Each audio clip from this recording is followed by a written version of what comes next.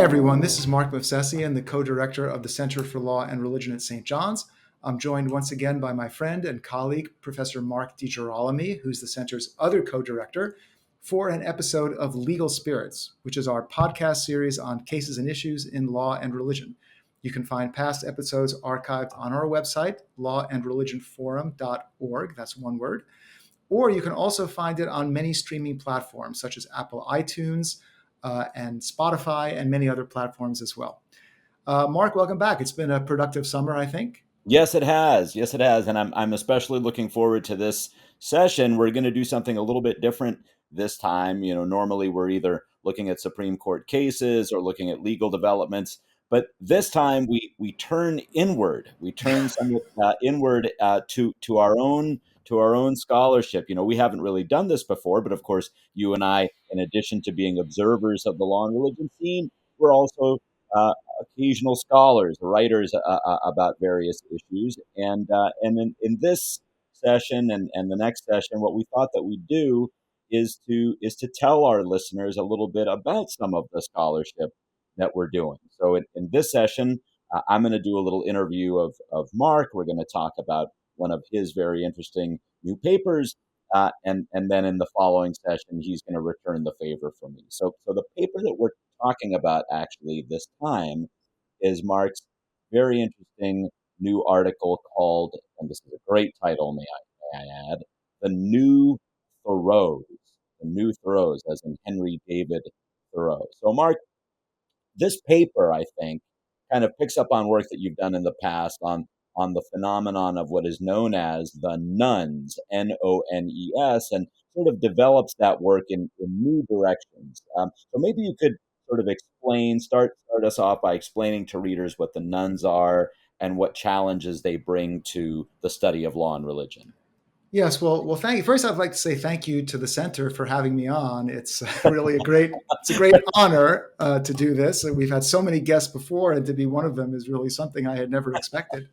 But thank you very much. No, I think this will be a lot of fun to do, and I'm looking forward to the conversation. You're right, Mark. My paper, which I call The New Thoreaus for reasons we're going to talk about, and I should say this is going to appear in a forthcoming issue, a symposium issue of the Loyola University Chicago Law Review. I'm looking forward to that. This paper talks about a phenomenon in American religion, which many people call the rise of the nuns, and that's Nones. It's nuns, not nuns like in the Catholic Church religious order. And nuns is a catch-all term for people that say they don't have a religious affiliation. So, on surveys like the General Social Survey or one of the various Pew Research Center surveys that's done periodically, surveyors will ask a question. What is your religious identity or religious affiliation? And people, what, Christian, Jewish, whatever. And then there's a category, none of the above or none. And that's who the nuns are. Now, I take it, Mark, this doesn't mean or doesn't necessarily mean atheist or agnostic, right? It's some other kind of category, or does it include atheists and agnostics? How would you describe it? Correct. That's a very good question. Now, there's some confusion because people use the word somewhat differently. But basically speaking, the nuns means just generally people who lack a religious affiliation, people who say they're not identified. That's like 30% of Americans today, which is a huge, huge number, a huge increase over the last two generations or so since the 1990s. Just to give you an idea, in 1972, the year of the first General Social Survey, only like 4 or 5% of Americans said they didn't have a religious identity. Now it's like 30. Okay, but you ask a good question. Within that 30%, the large majority are not atheists or agnostics. Atheists or agnostics make up together 9% of the American people. And that's a number that has stayed mostly steady.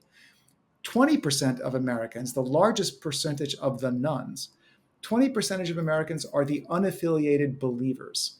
These are people who are not atheists. They're not even agnostics. They believe in spirituality. They have some sense of transcendence, but they reject religious institutions. They're not part of any official religious body. And that's, as I say, now like 20% of Americans, about a fifth of us, which would come to, by my calculation, about 66 million people. 66 million people. Yeah, huge number. And it's interesting that you mentioned 1972, which in addition to being the year of my birth, was also the year of a very famous case that I think kind of kicks off your reflections in this new piece, right?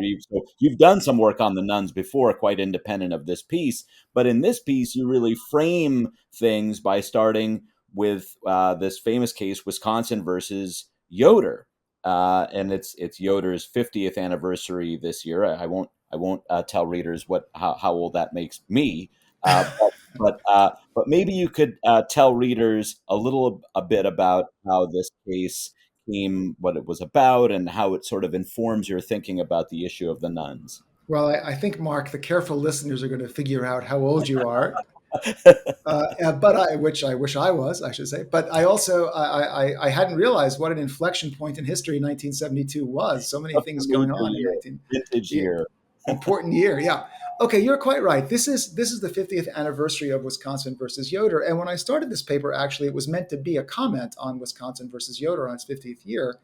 And then it kind of morphed into this other topic, which, as you say, I have addressed before, like about 10 years ago, 10 or 8 or 10 years ago.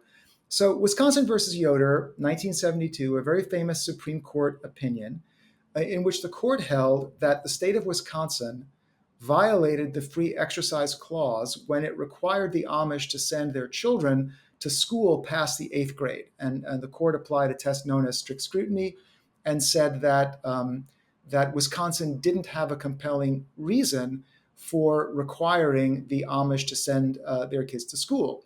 Okay, in the course of that opinion, of course, one of the questions was, are the Amish a religion? Is this a violation of their religious freedom to make them go to school? And that really wasn't contested in the case. Nobody said the Amish were not a religion.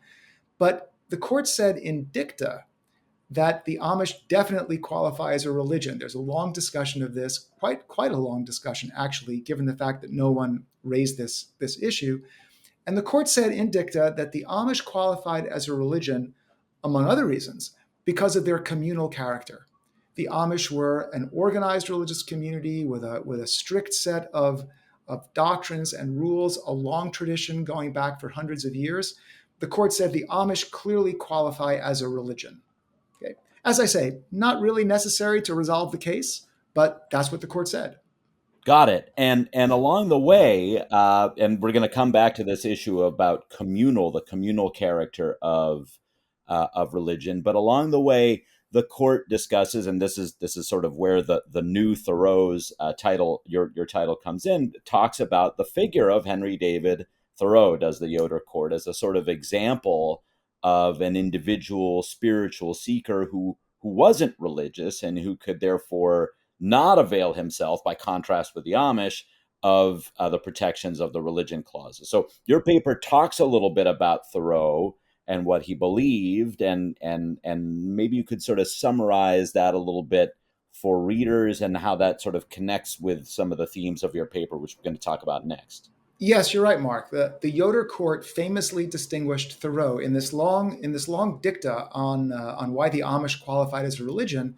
The court gave a counterexample and said, Henry David Thoreau was just an individual spirit. They didn't. I'm not sure they said spiritual. They said an individual seeker, a philosopher, who went off into the woods to find his own way. He would not be a religion. He could not avail himself of the free exercise clause. The court said, in contrast with the Amish, who were not individual philosophers, but part of a long-standing religious community. And this is a very famous piece of dicta. I mean, all of us who study law and religion know this idea. Thoreau is not a religion, the Amish are. The court seemed to think that Thoreau was secular, but and I did some research on Henry David Thoreau over the summer. It was a lot of fun, I have to say, going to read Henry David Thoreau for the first time since college, really. It's not true that he was secular. It's not at all true that he was secular. He was a transcendentalist, and he was deeply spiritual. When you read his writings like Walden or A Week on the Concord and Merrimack Rivers, he was definitely spiritual. He drew from many different sources, Christian, Hindu, Zoroastrian, and he rejected institutional religion. He was very negative, particularly about institutional Christianity. He was very negative about that. He prized authenticity, individual personal authenticity. But it's wrong to say he wasn't spiritual. In fact, I think Thoreau is kind of an early version of a very common phenomenon now. He was spiritual, but not religious. Good. So this is what's connecting then when you say the new Thoreaus, and we're going to get to your claims about what it is that how it is that Yoder distinguished it. But when you're talking about the new Thoreaus, you're really talking, at least in some sense, about a kind of precursor to the nuns, um, or maybe perhaps a subset of the nuns.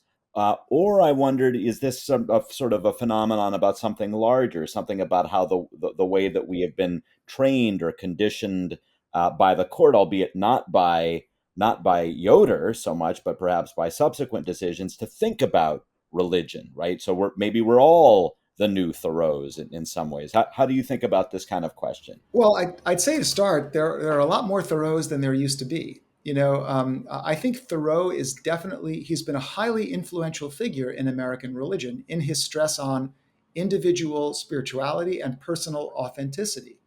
And so I think he's very much a precursor of this big subset of the nuns, what I call the unaffiliated believers. He's definitely a precursor of them, because like him, these new unaffiliated believers also are spiritual, and they also insist on following their own paths, and they insist on being able to draw from different sources and not being cabined by any one particular tradition. So you might say what we've seen is that Thoreau has gone mainstream.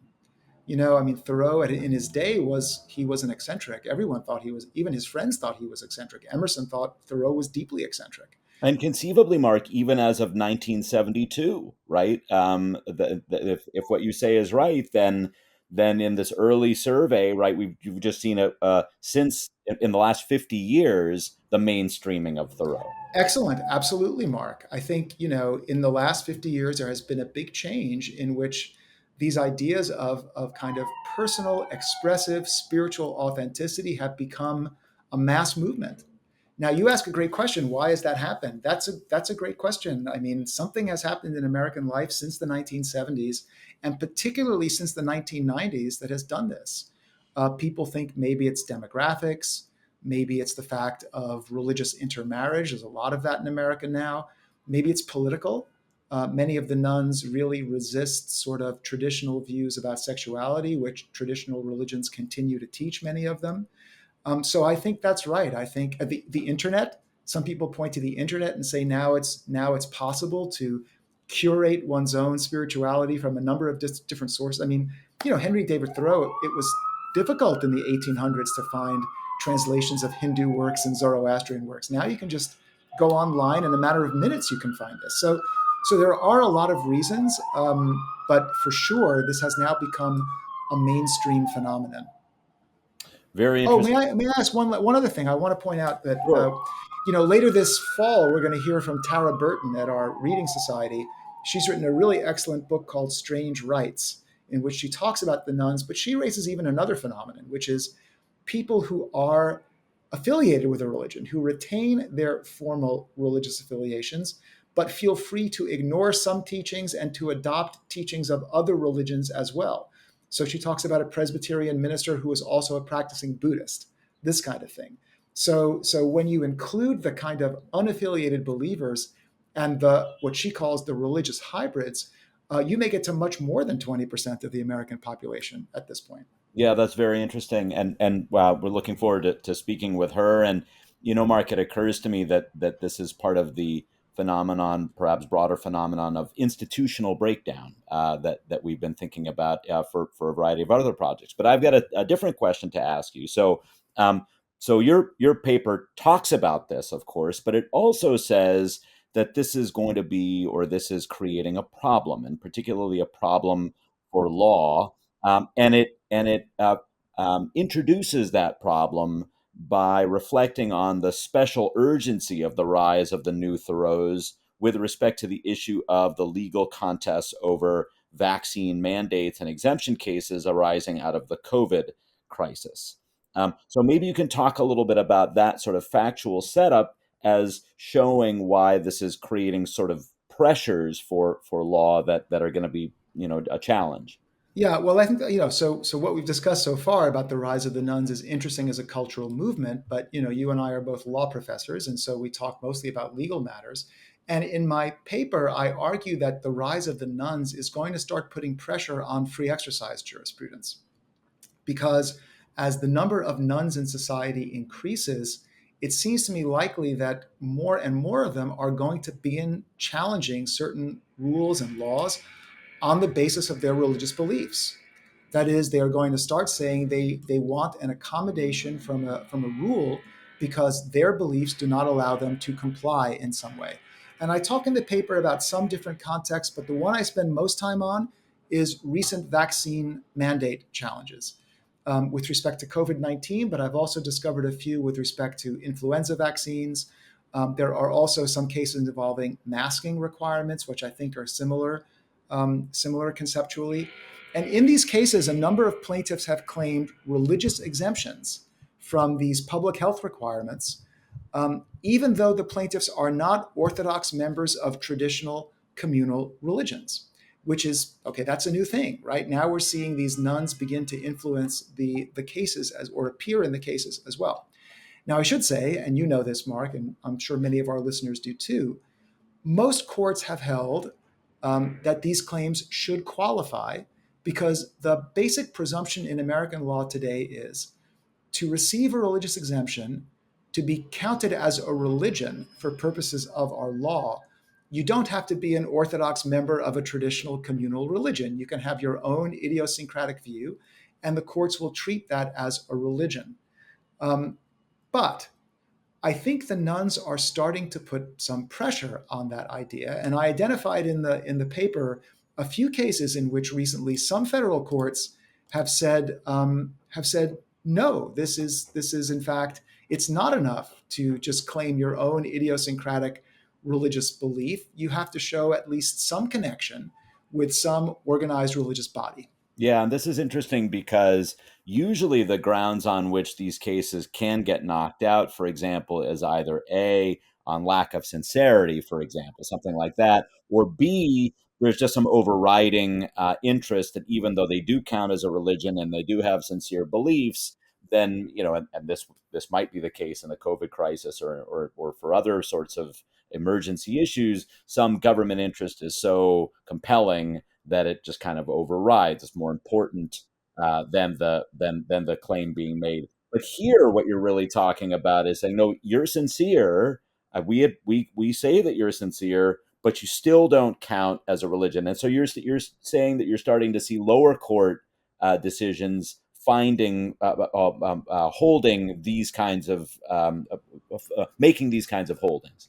Yes, absolutely. That's exactly right, Mark. I discuss a few of them in the paper. I can just talk about one now. There's one from a district court, federal district court in Pennsylvania, in which the plaintiffs were challenging not a vaccine requirement, but a masking requirement. The local school district was requiring children to mask for public school, and a few parents said no. And in the case I'm thinking of, it's a case called Gearlings out of the, as I say, federal district court in Pennsylvania. Two of the plaintiffs were Christians who claimed that, in their view, Christianity prevented them from wearing masks, and they actually left their churches when their churches started requiring masks. Another plaintiff said that he didn't go to church, he was spiritual, not religious, but he did believe in Jesus Christ. And he said that masks were against his religious views because they were a mockery of the Creator. And then there was a final plaintiff who said, I'm not a member of any church. I don't believe in any religious scripture, but I just think there's something else out there. And on the basis of that belief, I don't want my child to wear a mask because something else out there has assured me that these masks cause harmful effects. Now, I guess we'd say conventionally, most courts would say, okay, well, these are religious. We're not going to question that. And we'll move on and decide the case on other grounds, as you say, compelling interest or something like that. But in this case, the district court said these are just not religious claims because they're entirely solipsistic. That's a word I'm using. It's not the word the court used. But they were too individual, too personal, too disconnected from any comprehensive set of beliefs and practices. And the court said these were admirable beliefs. The court wasn't denigrating them, but the court simply said these are not religious for legal purposes. And So, and this really, we're sort of coming at the thesis of the paper sort of at the end, but I think it makes sense in some way, because your view is that, and the thesis of the paper is that these courts are really either explicitly or otherwise adopting the dicta in Yoder, the dicta that you say never has really been truly abandoned by the court, that it's groupishness or the group quality of religion that makes it such, or that is at least an extremely important component for what ought to be legally recognized religion. I think that's right, isn't it, Mark? That is correct. You're right. Now, so the Yoder dicta is 50 years ago. Court has never overruled it. I mean, how could you overrule dicta, right? As you say, the court has never departed from it. Avowed There, it. sorry. Has never disavowed it. Right. The court has never disavowed it. There are a couple of later cases. Some of our listeners will know them, Thomas and Frazee, in which the court indicated that idiosyncratic beliefs can be religious for these purposes. Now, I did a close read of those cases, and I think those cases, although they talk about idiosyncratic beliefs, actually in both of those cases, the beliefs in question were sort of, how do I put this? We're within the ballpark of the religions that the claimants were claiming to follow. So in one case, there was an intrafaith dispute among the Jehovah's Witnesses about whether it was permissible to work on weapons. There were some who believed yes and some who believed no. Well, that's not really entirely idiosyncratic then. There's a difference of opinion within the group.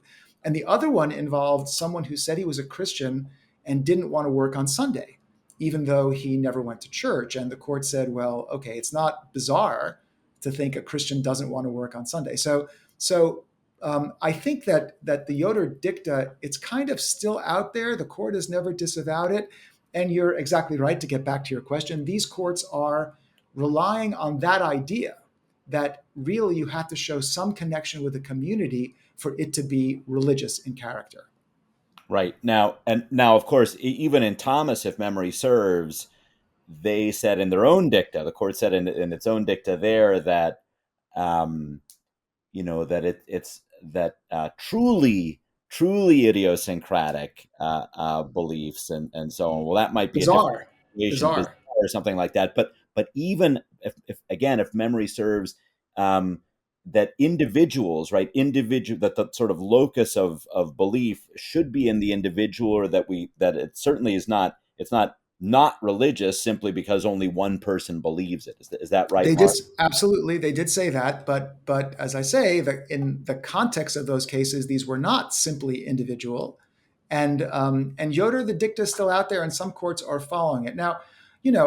I wouldn't say, and I make this point in the paper, for myself, I wouldn't say that you can't be religious unless you're an Orthodox member of a traditional community. No, I mean, I think to say that would slight a long American tradition of honoring individual religious conscience and some of the cases that we've talked about. But I do think, and here I want to tip my hat to you, Mark. I rely on some work you've done before about substantial burden, and also on Professor Kent Greenewald from Columbia, who famously has said that for legal purposes, religion has to be defined analogically, and you have to look to many different factors that make up what are conventionally thought to be religions. Right? I would say that among those factors, the existence of a religious community to which the claimant can tie himself or herself is really a very important factor. That would be my position. Got it. So right. So that is it's an important criteria, but you wouldn't say that it is essential. In other words, it's not a necessary Right. component. I wouldn't be, I'm a little faint-hearted. I wouldn't go so far as to say that, but I would say it's got to be I'd say crucial factor, very important factor, something like that. Just out of curiosity, are there other factors that you could list that, suppose somebody were doing this sort of analogical view, are there two or three others that you could sort of suggest to our listeners would also be relevant factors, even if not as crucial, something to consider if somebody didn't have the groupishness or the commonality component? Now, it's funny you mentioned that because the editors at the Loyola University of Chicago Law Review have asked me that same question about on my next draft, can I address this? Well, sure. I'm sure Kent Greenewald's test as well as I do, but it's the belief in a transcendence is another factor. The existence of a set of doctrines is another factor, And I mean, all of these things go into what we think of as a religion. And look, it's going to be a judgment call. I mean, my test is open to the criticism that it's not categorical and black and white. I don't think that would bother you so much, Mark, given your scholarship. But I understand that, but I just don't think you can get around that. I think there's no escaping judgment in these sorts of questions. I think I wouldn't want to say categorically no to the idiosyncratic believer, but I also think the farther you are from a body of religious community, or the body of religious understanding, or a religious community, let's say it that way, the harder it is to claim that you are exercising a religion. And so, for example, in Geerlings, right, someone who says, you know, I just believe there's something out there, and that something out there has, has given me the conviction that masks are bad, or, I am a Christian, and I believe masks are a dishonor or dishonoring the Creator. Well, I don't know. There's nothing in Christianity like that, really, and certainly there's nothing in it like, there's something out there that's telling you to do something. So, to me, those are much weaker claims for a religious accommodation. Yeah, one quick thought I had before we wrap up is just to observe that the kind of thing that you're discussing, and perhaps even that you're suggesting that the Thomas Court did, is to get itself a little bit involved in what the relevant beliefs of the group look like in order to determine whether we were dealing with something that was individual versus idiosyncratic, something like that. That if there was, you had even mentioned earlier when we were talking, if there's internal disagreement or something like that, well, then at least you can find a place within the system of group beliefs within which the individual belief sort of fits or opposes other beliefs. But if something that sort of has no connection at all, that you can't find any connection to the group's belief or to the group's system of traditional thought and so on, then that's going to be a little bit more difficult. Okay, well, Right. anyways, it's going to be Well, could very. I could I just add? Could I just add just before we get to that? I want to say you're quite right, and I want to reassure listeners that I'm not. I understand people get nervous when courts start to interrogate religious teaching, but for these purposes, a court wouldn't be saying who's right and who's wrong. It would just be, as an empirical matter, what does the religion teach? And sure, that might be tough to find too in some circumstances, but it seems to me that this is at least a relevant factor. And also, I would say, in 1972, that wonderful year, you could dismiss this. This is a peripheral thing. They're just only 5% of Americans claim not to claim no religious identity. This just isn't going to come up very often. Why are we? And people who talk about the definition of religion question generally often say it's not worth getting into because it's just not a problem. We don't really have this. It's not a practical problem to think about. But I think it might become one. That's one of the takeaways from my paper, is that this might become a practical problem now, given the fact that so many Americans are following Henry David Thoreau's path.